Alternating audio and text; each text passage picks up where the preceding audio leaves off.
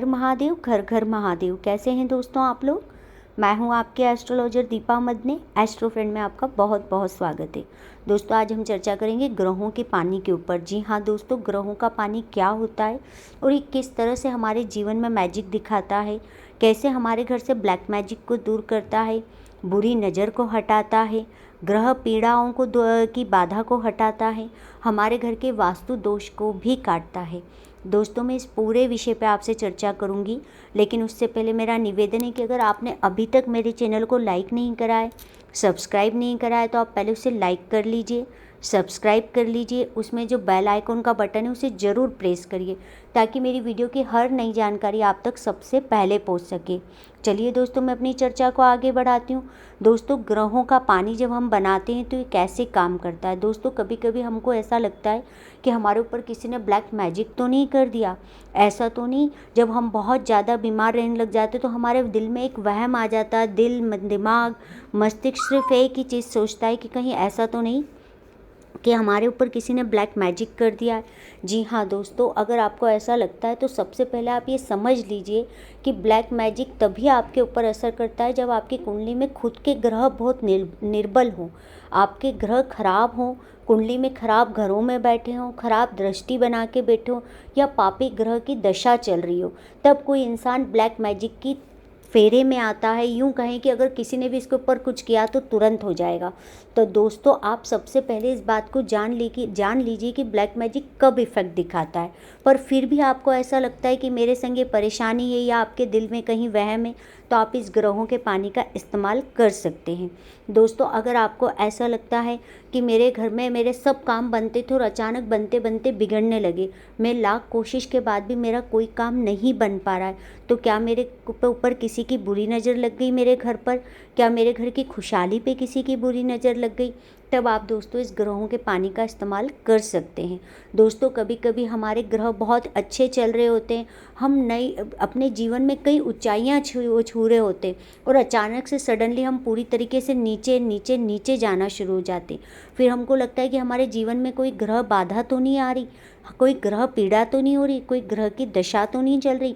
अगर मन में आपको ऐसी शंका लगती है या आपको ऐसा लगता है कि हमको किसी भी तरीके से ग्रह बाधा चल रही है, तो दोस्तों आप तब भी इस ग्रहों के पानी का इस्तेमाल कर सकते हैं।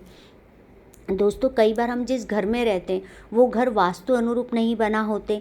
ऐसे बहुत से घर हैं दोस्तों, आज के ज़माने में तो खैर जितने घर बनते वास्तु अनुरूप बनते, पर बहुत से लोग ऐसे पुराने घरों में रहते हैं, जॉइंट फैमिली में रहते हैं, जो उस समय जब ये वास्तु इतना फॉलो नहीं किया जाता था।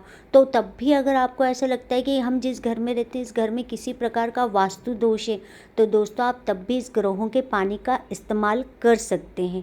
तो दोस्तों आपको क्या करना है, आपको 1 लीटर स्वच्छ पानी लेना है। जी हाँ दोस्तों, आपको एक बॉटल में स्वच्छ लीटर पानी लीजिए। बॉटल आप चाहे कांच की लीजिए, प्लास्टिक की लीजिए, आप जो बॉटल लेना चाहते हैं लीजिए। उसमें 1 लीटर स्वच्छ पानी डालिए और उसमें 4 ढक्कन गंगा जल के डालिए। दोस्तों अगर आपके पास पूरी 1 लीटर गंगा जल है तो आप पूरे पानी का बना लीजिए। लेकिन दोस्तों आजकल बहुत से लोग ऐसी सिटी में रहते हैं जहाँ पर गंगा जल प्योर अवेलेबल नहीं होता, तो जब वो गंगा घाट जाते हैं या किसी ऐसी जगह जाते हैं जहाँ तीर्थ में गंगा हो, तो वहाँ का पानी थोड़ा लेकर आते हैं। तो आप उस पानी में से 4 ढक्कन ले लीजिए और इस बॉटल में डाल दीजिए।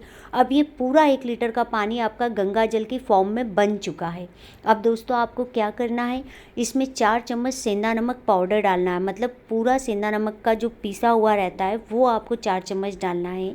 4 चम्मच आपको इसके अंदर फिटकरी का पाउडर डालना है। 4 चम्मच आपको इसके अंदर कपूर मैश करा हुआ डालना है।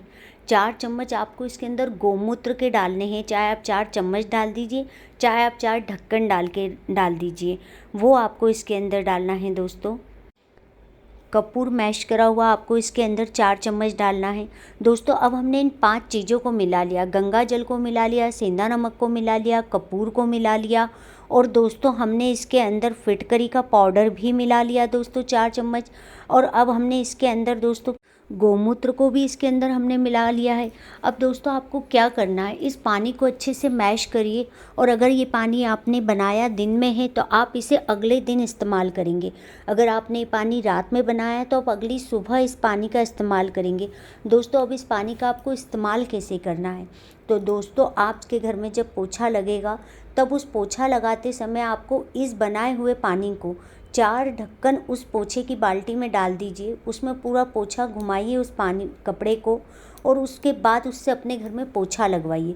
जी हाँ दोस्तों, इस पानी से आपको पोछा लगवाना है।